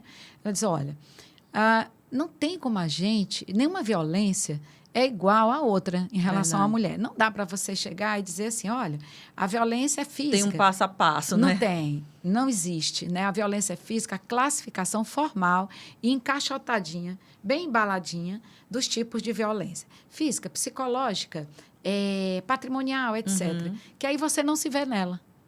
Você não se vê. Ela está muito dispersa, ela está muito generalizante. Né? Até que você entende o seguinte. Me diga uma coisa, não é? Está lhe causando sofrimento? Aí você responde, está. Está doendo aonde? Aí você diz, olha, eu cheguei até a tomar remédio controlado. Ah, é? É. Então, essa dor, quando a mulher, aquilo não te fizer bem, é violência. Quando ferir a tua soberania, vamos então aprofundar mais um pouquinho.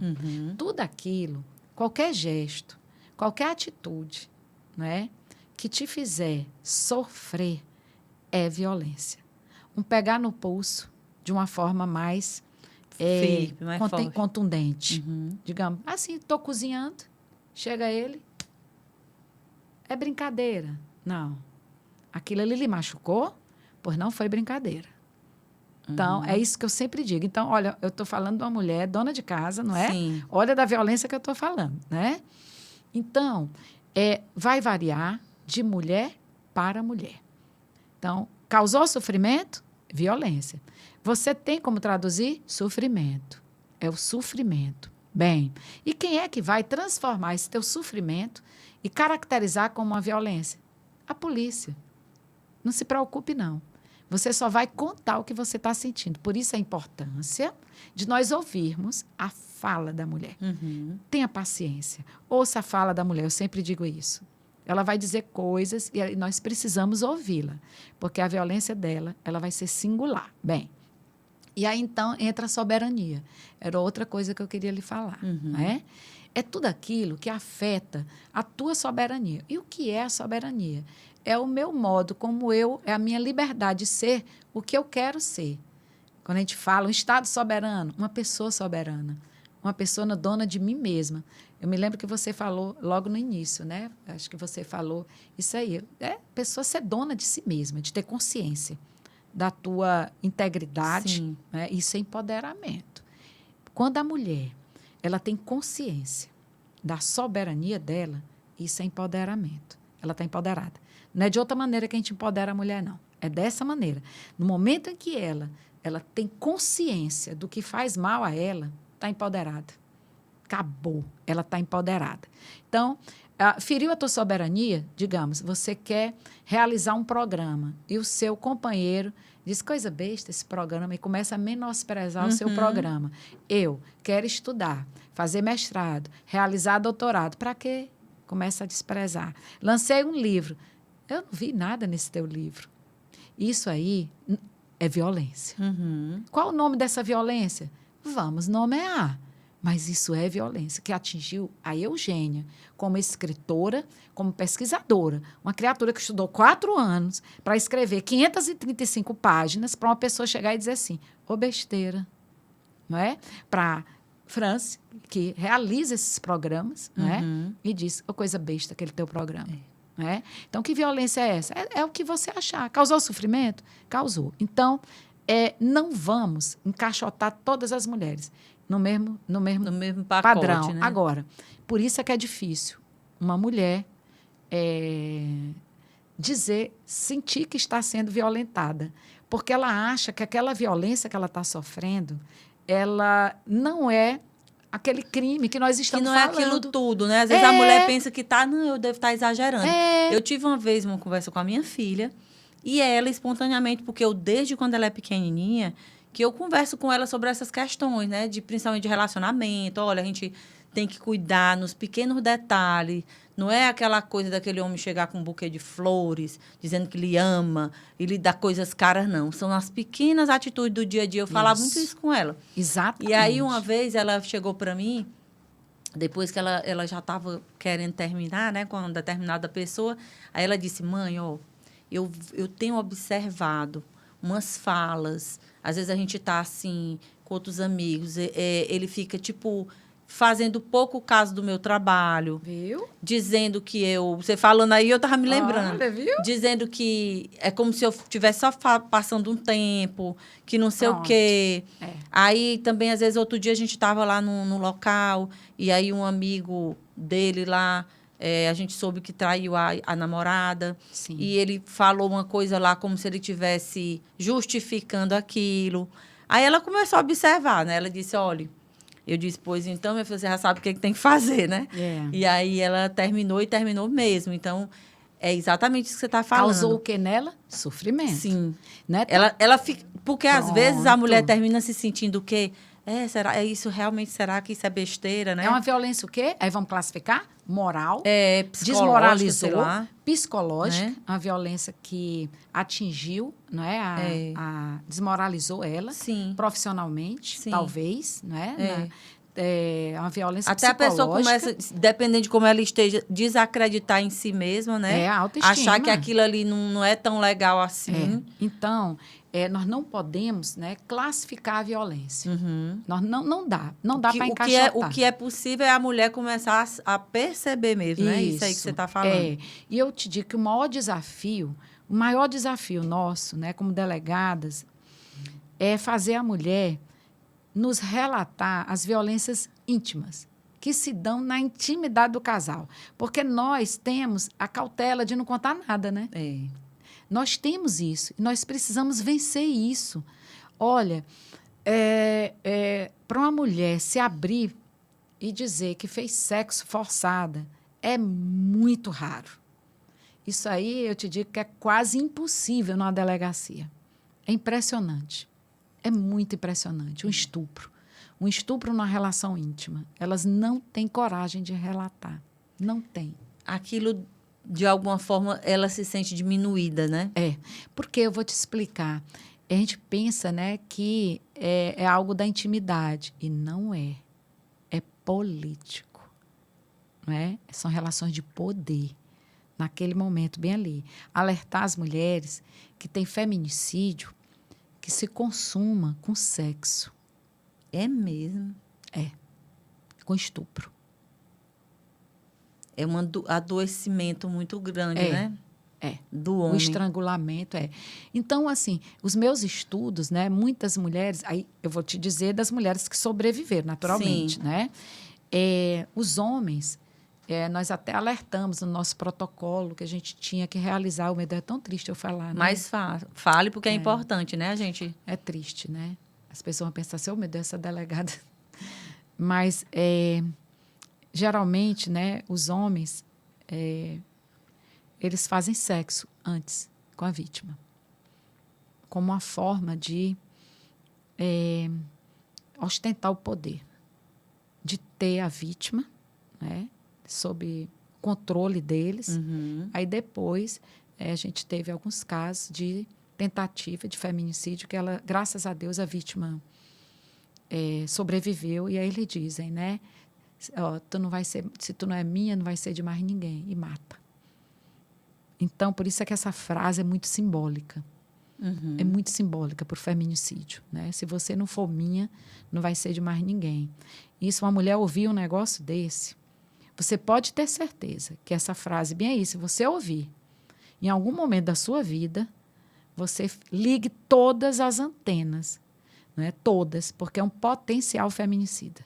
Esse rapaz aí é um potencial feminicida.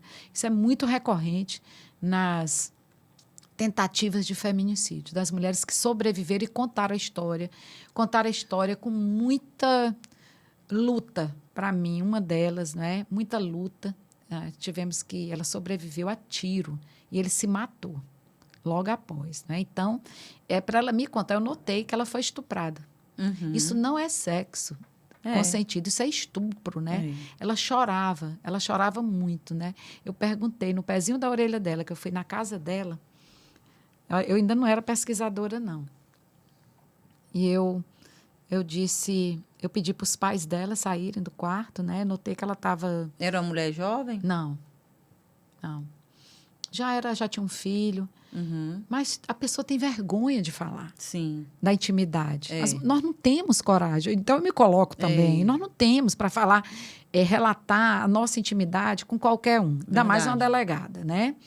E aí eu pedi para os pais se retirarem, que eu queria conversar com ela. Aí eu comecei a conversar com ela estava ainda acamada, e eu perguntei a ela, ele fez sexo contigo? Aí ela chorava. Pronto, a resposta. Ela fez. Aí eu disse, calma, olha, eu expliquei. A maior parte faz, aí eu expliquei para ela. É importante a sua narrativa, porque isso vai orientar nosso protocolo, para nós salvarmos outras mulheres. Né? Expliquei muito para ela. Ela chorava muito, né? Então, gente, é uma dor muito grande a violência sexual. A violência sexual, ela não é uma violência carnal. Ela é uma violência espiritual. Ela está longe de ser carnal, porque aqui, no físico, a gente repara tudo. Uhum.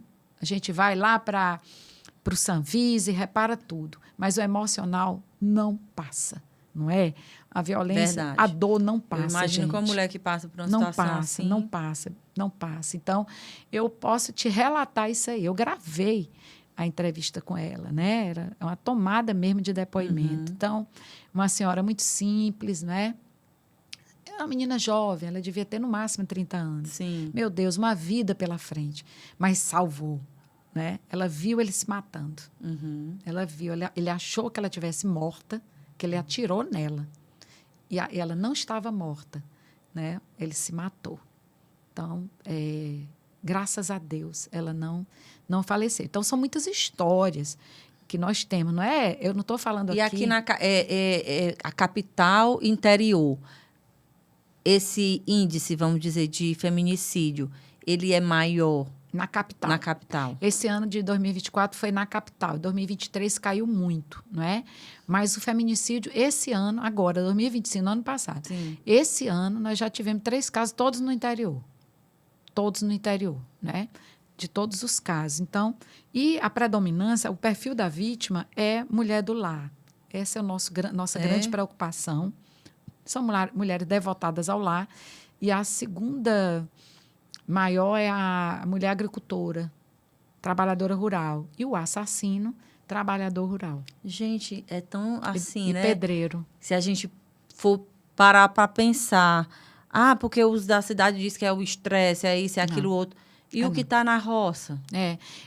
A gente tem que estudar, não é? Como eu te falei, lembra nas nossas conversas anteriores, né? Não é porque é da roça, não é porque é pedreiro, não é? São as profissões que causam certa imprevisibilidade financeira. Veja que agora a gente está numa seca verde. Sim. Né? Então, esse homem do campo, ele vai deixar de receber e vai deixar de prover. Ora, se a vítima, a mulher, ela é do lar, de onde é que vem a provisão para manter o lar? Isso vai gerar o quê? Isso vai gerar conflito doméstico, não vai? Sim. Naturalmente, não vai ter condições, dinheiro para comprar comida e tal, para alimentar os filhos, para prover a família, não é? Isso vai gerar alcoolemia por parte do homem, que não vai conseguir prover a família. Isso, então, todas essas atores. Então, quando o feminicídio chega, aquilo tudo que veio antes do feminicídio, tudo que a gente podia ter tratado antes, falhou. Que não era causa de segurança pública, percebe? Não era problema que a gente poderia tratar com políticas de segurança pública, mas com políticas econômicas, com políticas sociais, não é? Então, veja como é complexo esse fenômeno. Né?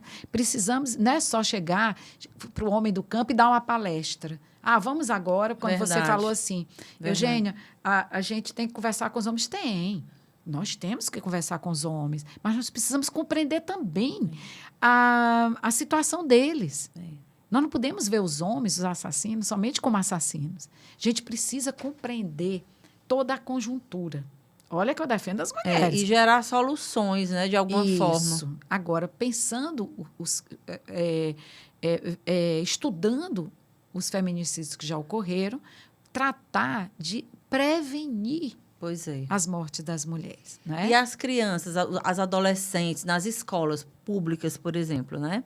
Existe algum trabalho específico nesse sentido? Existe muito, né? As escolas públicas têm muitos programas nesse sentido da proequidade de gênero, tem demais. Então, temos demais. As meninas já estão com muitas informações. Agora, o que é que nós precisamos? Precisamos prevenir uma gravidez, não é? Na puberdade. Então, nós precisamos ter políticas mais fortes na perspectiva da educação sexual, com força, e levar para as meninas a prevenção da gravidez. Pílulas, precisamos ter essa coragem, porque é melhor do que nós termos uma gravidez. Sim. Não, então, é nesse sentido. E para os meninos também, usarem camisinha, contraceptivos, ter essa prevenção. Sim. Né? E com relação, você falou aí de criança, que a gente ainda não tinha falado, é muito comum mais meninas do que meninos. Eu sei que você fala especificamente das mulheres, mas com relação ao abuso sexual, por exemplo, né? É mais comum com meninas? É uma pergunta muito difícil de responder, porque os meninos, os pais, tendem a não registrar do sexo masculino, não é? Por quê? Porque aquele menino vai ficar marcado, não é? Então, pode ter uma subnotificação muito grande na violência sexual praticada contra meninos, viu? Então, há certo receio da própria família, né, de registrar um estupro numa criança do sexo masculino, dele ficar marcado nesse sentido. É muito preconceito, não é? Então, por isso é que, por vezes, aparece mais as meninas como sendo as vítimas preferenciais, ok? Então, quando a gente analisa um dado, né, a gente está falando de estatística, não é? Então, estatisticamente, sim, eu te digo e respondo. Meninas. Estatisticamente, são as meninas. São as meninas que são estupradas no Brasil. Sim. E pelo seu trabalho, seu livro, queria que você falasse um pouquinho mais, né, do seu livro, e também que você ganhou uma eu não sei se eu vou falar direito aqui o nome, uma condecoração, uma homenagem da ONU. Fale para a gente também, porque é muito importante, como você disse, né, a gente precisa falar o que a gente faz, né, o trabalho que a gente realiza, porque é muito importante, né, que as pessoas entendam que aqui no Piauí tem uma mulher, né, que é poderosa e que trabalha em prol de outras mulheres e que teve coragem, né, de ir abrir no mato, como eu digo, né, de iniciar, né, um trabalho desse que é tão grandioso, mas que a gente sabe também que é muito desafiador e que eu acredito que, por muitas vezes, você deva ter até deixado de lado um pouco a vida pessoal, né, a família. A gente pode também conversar um pouco sobre isso, né, como é que os filhos vê esse seu trabalho, se já pediram para deixar de mão, né, porque às vezes o filho diz assim, mãe, né, uma vez um chegou para mim e disse, mãe, olha, tá bom da senhora dar uma desacelerada e tal, né? Para ficar mais com a gente e tudo mais. É verdade. Mas me fala um pouquinho dessa homenagem aí da ONU, desse reconhecimento. Falo, França. O ano passado, eu recebi um prêmio muito relevante no Senado Federal, né? Que aqui no Piauí nenhuma mulher recebeu ainda, mas vai receber, porque a gente abre portas. Sim. Não é? Que foi o diploma Berta Lutz. Foi uma grande deputada que lutou pelos direitos da mulher. Então, eu fui agraciada, fui indicada por nossa senadora e eu mereci esse prêmio. E eu quero relatar para ti, porque naquele momento, agora eu vou dizer como a Fernanda Torres, né? Eu não levei discurso, não. Uhum. Eu não sabia, talvez a gente faça as coisas, França, na vida da gente, e a gente não saiba nem aquele significado. A dimensão, né? Não sabe, porque a gente faz de coração. Sim. E acreditando no que a gente está fazendo, não é? Então, o da ONU foi a mesma coisa.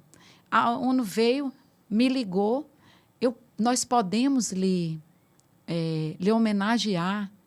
Eu até pensei, meu Deus, será que isso aí é alguma piada, não é? Como é que uma pessoa vai perguntar, pedir autorização para outra para ser destaque laranja?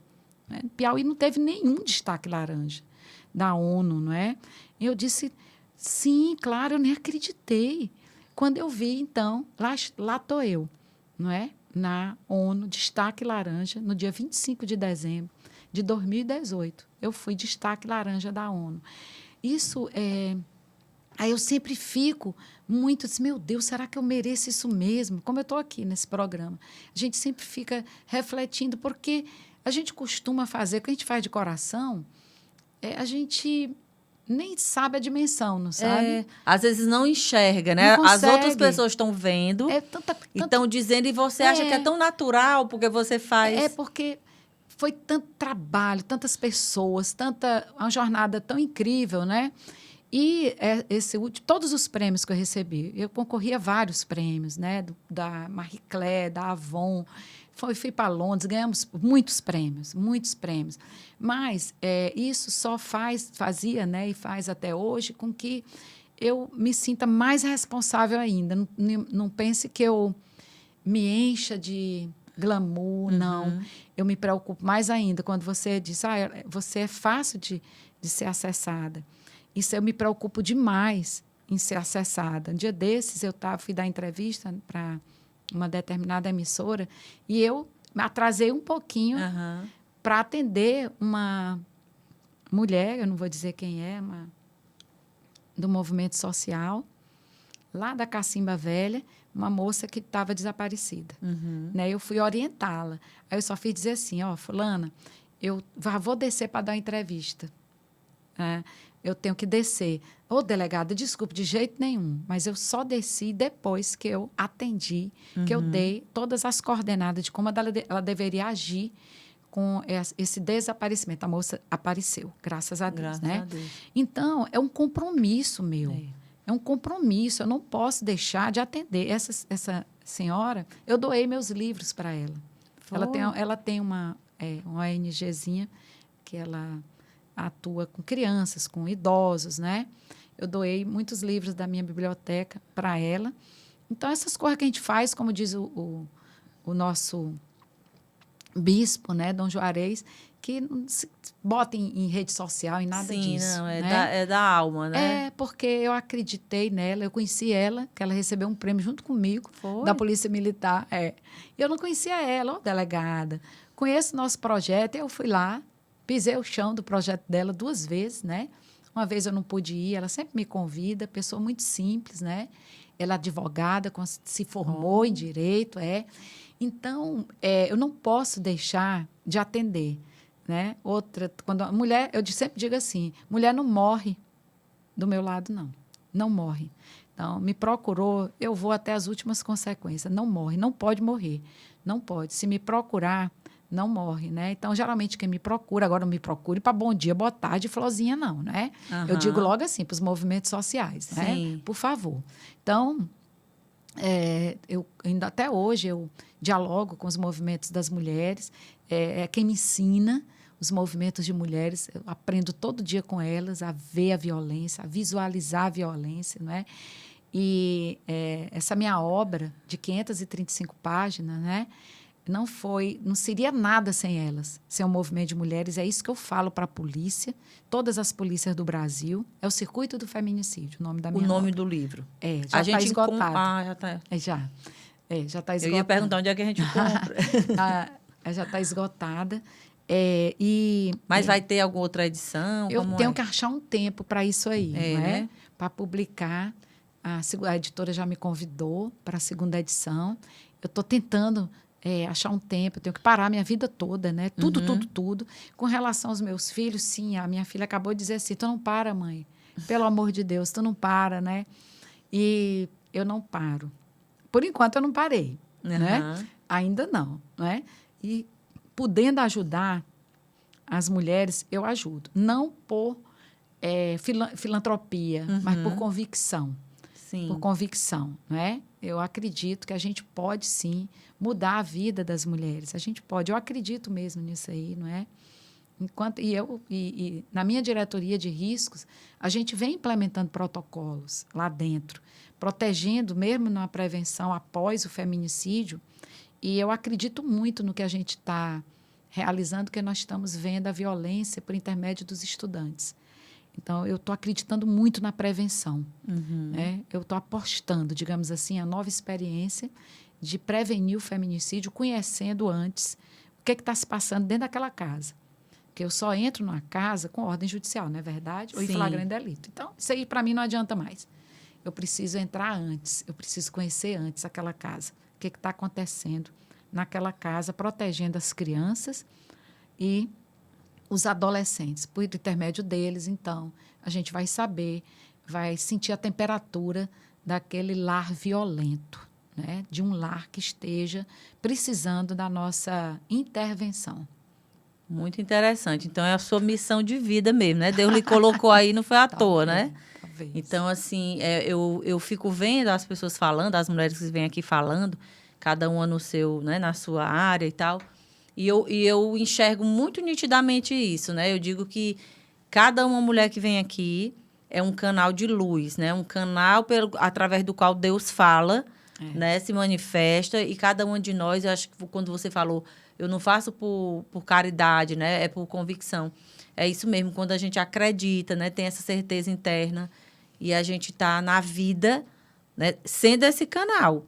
Porque o que Deus quer, né? De cada um de nós? Que a gente faça as coisas que ele não... Lá de cima, ele está cuidando de outras histórias, né? E aí ele dá algumas habilidades para alguma de nós. Verdade.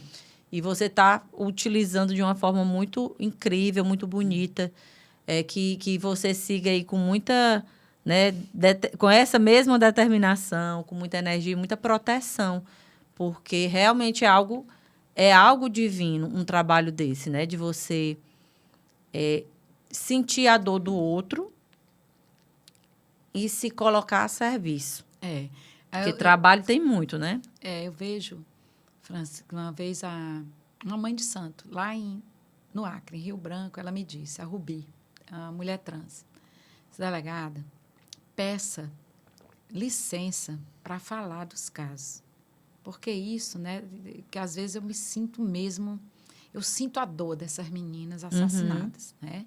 Da Janaína, o assassinato da Janaína foi muito forte, eu estudo, né? Mas a gente sente a dor e sente a dor dos familiares. Então, não é fácil, não é? Não é fácil. E a missão da polícia é responder, pelo menos dizer para os pais, para as pessoas que ficaram, Como foi que se deu? A gente tem a obrigação de dizer. Nós precisamos dar resposta, dizer como é que foi. Impedir, como foram impedidos os pais da Janaína de assistir ao julgamento. Isso aí é uma coisa absurda. Eu como mãe, você como mãe, nós gostaríamos de ver, por mais dor que a gente sentisse, né? A gente queria assistir. Então, impedir os pais de assistirem o julgamento, porque ia trazer muita dor para eles, pois que traga. Porque era uma escolha deles. Deles. Eles é que tinham que escolher, Justamente. Né? Então, isso vai contra tudo que a gente possa imaginar. Então, eu sinto a dor mesmo da Janaína, o modo como ela foi assassinada, não é? E da família que ficou. Uma família desassistida, né? Uma família que precisa da ajuda, né? A Janaína era a única menina, né? Você vê que eu abraço mesmo, né? Então, a gente precisa olhar para essas meninas, para esses pais, para os filhos das mulheres, das filhas que essas mulheres deixaram, né? Que foi retirado delas. É muita dor, é muita dor. Quando a gente estuda o feminicídio, né? Eu ficava muito abafada. Aí eu ia tomar minha cervejinha no sábado, sozinha.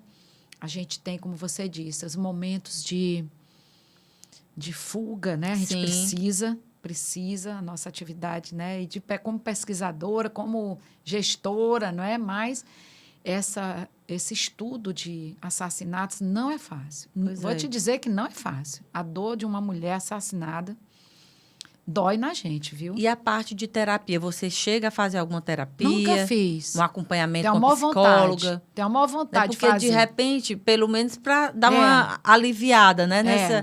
Nessa carga vontade. A minha terapia está sendo bem aqui, falando. Eu dizia para os meus alunos, olha, vocês, a sala de aula é a minha terapia, vocês são obrigados a me ouvir. Muito bem, é incrível. Eugênia, e eu falo sempre aqui, eu faço essa pergunta para as mulheres que vêm, né? Qual é o seu superpoder? Né? Porque a gente diz que esse superpoder que eu falo aqui são os dons, os talentos, as habilidades que Deus nos dá. E eu queria que você escolhesse aí um, dentre tantos que você tem, para dizer assim, olha, esse aqui, se eu fosse escolher um, esse é meu superpoder, porque ele me trouxe até aqui, né? Me tornou a mulher que eu sou. O que vem primeiro assim na sua mente se você fosse dizer, ó, esse é o meu principal superpoder? Meu Deus, não posso nem atribuir aos dons do Espírito Santo, né? Quem sou eu, meu Deus, para dizer isso, não é? Mas, meu Deus, eu não sei nem me qualificar, não. Assim, eu sou uma pessoa impetuosa, muito, sou uma pessoa destemida, não vou mentir. Você vê, o meu olhar é firme. Sim. Né? Mas eu não perco o sentido humanitário. Eu tento ouvir aquela pessoa, né? Ouvir a dor daquela pessoa. Mas eu não perco a objetividade. Sim. Eu sou uma pessoa muito dura. Né? Assertiva, né? Sou. Às vezes eu sou muito casca grossa. Eu dizia até assim para os meus namorados. Meu namorado dizia, olha, desculpa, eu sou meio ogra. Né? Mas eu sou uma mulher boa, eu sou bacana. Eu sou uma pessoa bacana. Né? Eu tenho sensibilidade, mas eu sou ogra. Eu sei. Então, assim, eu não ando beijando meus filhos. Sim. Não. Existem formas, né, de você expressar o amor, né? Então, eu dizia, eu sou meio ogra mesmo. Não, né? Então, mas dentro do ogro é que nem o filme do Shrek, né? Do Shrek, eu me baseio no Shrek. No fundo, tem um coração enorme, grande, né? Aquela, talvez, né? A vida me ensinou a ser assim, talvez, não é? Venci muitas coisas, mas sou uma mulher temente a Deus. Temente a Deus. Tudo eu acredito no Espírito Santo. Ele não me falta, nunca. No poder do Espírito Santo, na luz do Espírito Santo. Então, e ele nunca deixou de me atender, né? Em nenhum momento da minha vida. Então, eu penso que nessa fé bem aí que eu faço o meu caminho, eu trilho. É verdade. Então, eu diria que eu sou uma mulher de fé. Eu posso não ser aquela menina que vai toda domingo para a missa, etc, né? Toda aquela liturgia, mas eu tenho fé. Eu tenho fé no mundo, eu tenho fé nas pessoas, eu tenho fé que tenho fé no poder das pessoas. Maravilha. E para você, se você for definir o que é uma mulher poderosa, qual é a definição que você dá? Né? A definição by delegada Eugênia. Uma mulher poderosa é uma mulher que se autobasta, que se autodefine. Uma mulher que pode dizer até, eu não sou mulher. Eu sou o que eu sou, o pronome transferível da mulher que iniciei na medida do impossível. E aí, parafraseando Torquato Neto, eu sou o que eu sou. Não é? Como você me vê? Não é? Eu me vejo dessa maneira. Eu sou o que eu pude construir, o que eu estou construindo. Uma eterna mulher. Eu não sei bem o que eu sou. Não é? Eu sou essa pessoa que você pode me dizer que eu sou mulher, mas eu também posso ser homem. Né? Que eu sou feminina, mas eu também posso ser masculina. Eu não sei bem o que eu sou, porque eu não me encaixo em nenhuma dessas vertentes. Sim. Realmente eu não me encaixo, né? Mas, se eu for te dizer uma orientação sexual, né? Eu sou cisgênero, eu sou heterossexual, nesse sentido, né? Eu me relaciono com pessoas do sexo oposto, eu sou uma mulher cis, satisfeita, né? Com a minha orientação biológica, não é? Mas, se você for me estereotipar, né, eu acho que eu não preencho esse estereótipo dessa mulher feminina. Embora você esteja me vendo aqui... Toda linda, chiquíssima. Eu fui me produzir, etc., né? Mas eu não sou refém disso. Sim. Eu não me prendo a nada disso, a nenhum desses conceitos. Eu me recuso a me prender a qualquer um desses conceitos, né? E por isso mesmo eu sou muito feliz nesse sentido, comigo mesma. Eu me olho no espelho e eu sou muito feliz, né? Então, eu tento ver a minha melhor idade, sempre a melhor idade é a que eu estou. É nesse meu momento aqui. Então, é difícil eu me traduzir. É muito difícil eu me traduzir, porque eu realmente não me encaixo nessas nuances, né? Sim, é o ser, né? Você... É a sua essência que é poderosa, né? Independente de como esteja, em que fase da vida esteja. Eu vou te dizer uma coisa aqui. Eu fui entrevistada por foi em 2000 eu era corregedora geral da Polícia Civil. Estava com um vestido, muito lindo vestido cacharel. Vou me narrar aqui como é que eu estava, né? Uma sandália daquele estilo Chanel, abertinha. Então, eu estava naquele estereótipo do feminino, né? E aí, a repórter foi me entrevistar. Eu gosto dessa passagem, né? E aí, ela chegou. Como a senhora se sente, delegada? Como a mulher mais poderosa da polícia. Aí, eu olhei para ela e disse, espera aí, não grava, não. Vamos, então, agora para uma aula de gênero, né? Eu disse, olha, deixa eu te dizer aqui uma coisa. Então, eu não me sinto nessa qualidade. Eu estou no lugar onde eu devo estar. Não é porque eu sou mulher, não. Nem porque eu sou poderosa. Eu estou como corregedora geral da Polícia Civil. É o lugar onde eu tenho que estar. Então, a tua pergunta já foi generificada. Bora quebrar. Aí eu dei uma aula de gênero para ela. Né? Expliquei para ela tudinho. Que a pergunta dela já estava diferentemente da tua. Sim. Né? Você me deixou livre. Ela me prendeu. Como é que você se sente a mulher mais empoderada? Mulher ou não? Não é? Então, eu estou no meu lugar. Eu estou no lugar de qualquer pessoa. Não é porque eu sou mulher. Independentemente. Né? E aí, saio eu na matéria, uma foto desse tamanho minha, e ela me relata. Eugênia Vila, delegada, com um vestido tarará, do jeito que eu te narrei. Maquiagem suave. Achei muito interessante. As outras delegadas, tudo com a pistola. E você toda feminina. Eu toda, exatamente, né? E ela dizendo que eu era a mulher mais poderosa da polícia, né? Eu disse, olha aí, tá vendo o contraste, né? Então, que bacana isso, esse contraste, não é? Então, as pessoas veem em mim, assim, esse sorriso. Uma vez eu estava aprendendo um adolescente, aí ele virou para mim e disse assim, a senhora é mesmo delegada? Eu disse, sou. Por quê? Porque a senhora está sorrindo. Eu digo, é para não ter ruga. Aí eu ainda mandei trazer um agasalho para ele estava se tremendo todo. Eu digo, é frio, desliga o ar-condicionado. É isso, né? Então, eu não me prendo a estereótipo. Eu sei. Não é? A gente não se prende, como você também. Já me demonstrou que não se prende a estereótipo, não é verdade? Então, o poder é esse, o poder de ser o que a gente quiser, né? Muito bem, valeu. Olha, pensa, e dava 2 horas, né, esse negócio aqui. Mas, enfim, já está quase dando, gente, Eu acho que é o mais longo que a gente já fez até Meu hoje. pai eterno. Falta 9 minutos para 2 horas de podcast. Falei. Mas está incrível. E, assim, agradeço demais, porque, assim, é riquíssima, né? Toda a sua fala, a sua experiência de vida. Eu acredito que a mulher que está ali assistindo, e o homem também, está encantado com essa história. Então, eu já aproveito e peço para você que está aqui assistindo, encaminha esse episódio para o máximo de pessoas que você puder. Vamos espalhar coisas boas no mundo, vamos espalhar a história, né, dessa mulher aqui, piauiense, que está aqui fazendo tantas coisas incríveis pelas mulheres e pela sociedade como um todo. Então, deixa aí, se você já conhece a delegada Eugênia e já é um admirador, uma admiradora dela, deixa aí seu comentário. Se você não conhecia ainda, deixe também seu comentário, deixe seu like, compartilhe bastante.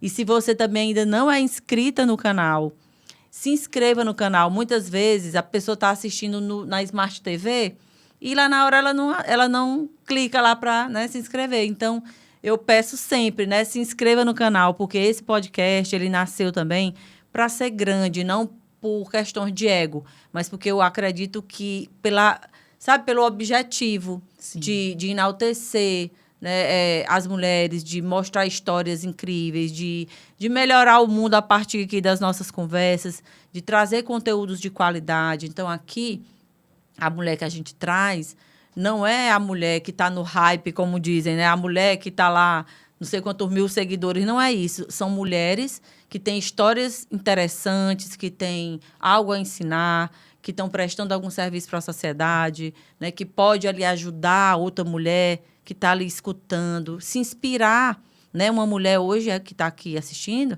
ela pode se inspirar na sua história. E na sua. Né? E isso, às vezes você era uma arquiteta que virou, né, uma policial, uma delegada, enfim, e que fez essa transição e foi tudo bem, e foi indo, e foi indo. Então, pode ser que tenha uma mulher ali que não está mais querendo ficar onde estava, né? Eu já tinha 39 anos. Pois é. Então, veja, nunca é tarde para verdade. você mudar, né? Nós somos camaleões, a gente muda na hora que a gente quer. Exatamente. E vou mudar de novo. Pois é, e uma mulher, né, que você vê que não tem dúvida, né? Ela vai lá e faz, ela vai lá e faz. Mas, com certeza, em alguns momentos da sua vida, você teve medo. Sim. Né? Teve alguma insegurança. Mas vai com medo mesmo, não é isso? Vai, vamos com a força, com a nossa força. Com a fé, né? Que você falou tanto aí, que é importantíssimo. Demais, né? demais. Essa ligação com Deus, eu digo muito, independente de religião, a gente tem que ter essa conexão, né? Com esse poder superior que nos sustenta. Eu digo muito, quando a gente não tem essa conexão, que nem uma planta a gente morre. Né? Porque é isso que nos alimenta, que nos fortalece nosso espírito, né? Essa fé, esse fazer, esse estar na vida de verdade, sem estar em cima do muro, né? Eu digo muito, eu não gosto de estar em lugar nenhum, seja num trabalho voluntário, seja na minha vida pessoal, sei lá, em cima do muro. A Bíblia diz, né?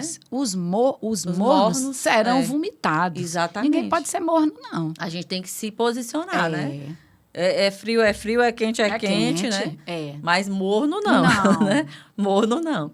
Então, é isso, eu quero agradecer demais, sabe? Foi incrível.